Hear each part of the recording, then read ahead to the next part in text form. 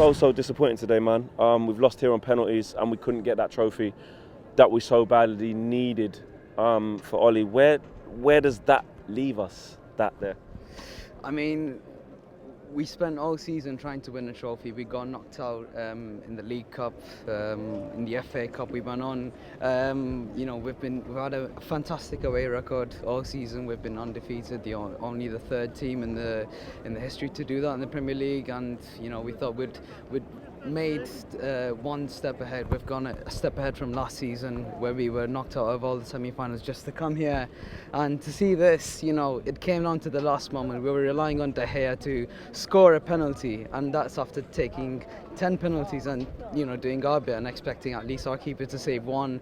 It is a very bitter ending to the season, but I mean, it is progress overall. But in reality, should we be happy after this season, after losing a trophy? I'm not sure. That's the bit I was going to get to. You said it has been progress.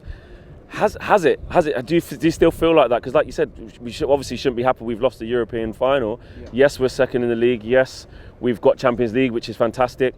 But the performance there today as well was so bad. But how do you feel about the progress? Has it been a good season? I mean, we're the best of the bad bunch. I think that's the best way to say it, because City have been miles off, way ahead of the rest.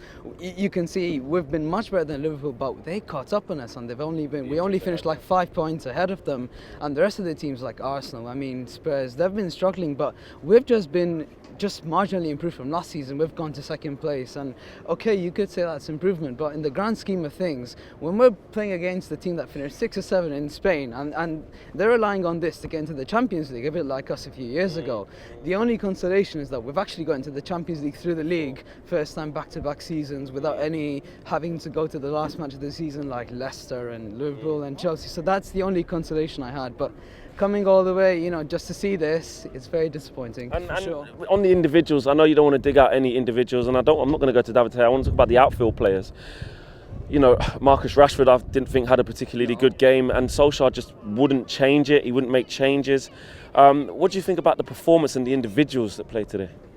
I think the performance overall wasn't good enough, especially when you think that we rested all of our players in the last match. So these players have had a week of rest to prepare for this, and I expect them to be, in good shape and ready to go. But very disappointing. It's a bit of a similar performance to Liverpool, I'd say. That we put in a full-strength team against a team we expect to be playing well. I'm not saying we should beat them in the case of Liverpool, but here we should really be beating these, this team. But it's very disappointing overall. But I mean, there's nothing else we can do about it. I mean, I just hope that OLE learns from this and goes to the board and the Glazers look at this. What did you make of Ole's decisions today?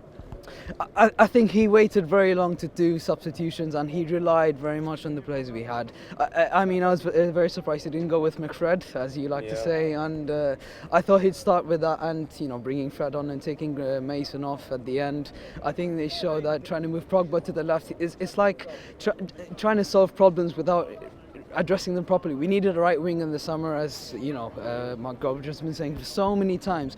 We've not been addressing the problems, and I hope that this summer we can address these problems. And another goal from a set piece there. Yeah. Lindelof bullied off it. No Maguire today. Centre back. I mean, you could say that Maguire, it was missed, but lots of people pick on Maguire. I think we appreciate Maguire when he's not there, because he brings so much calmness and resilience at the back. But when we have Bailly over there and Lindelof over there, they're not good as a pair, and they're not good even with Maguire. We need someone alongside Maguire who can play well. That's a problem. With this defence, we're not getting anywhere. With McFred, we're not getting anywhere. And unfortunately, Cavani, as good as he is, he's not getting any younger. We need to change the spine. And unfortunately, I'm not sure if De Gea is right. After this, God knows in what mental state he'll be in. And it's harsh because like I said, it wasn't his fault. No. I have to admit, as soon as it went to penalties, I thought David De Gea doesn't save a lot of penalties, and that was the case. He didn't save one. But I mean, next season, is it just about getting the signings, the priority signings now for you? But we need lots of investment. It's not just a case of just bringing 1 or 2 players in. We need to move some players out. We need to bring some proper players in. We need to, I mean, let's talk about bringing Harry Kane in. Do we really need a Harry Kane? Shouldn't we address bringing in a centre-back? I mean, shouldn't we bring in a right winger? These are the issues that I think we need to be addressing, and the recruitment policy in place has to be improved, for sure. Thank you so much for coming and safe travels. Nice one, man.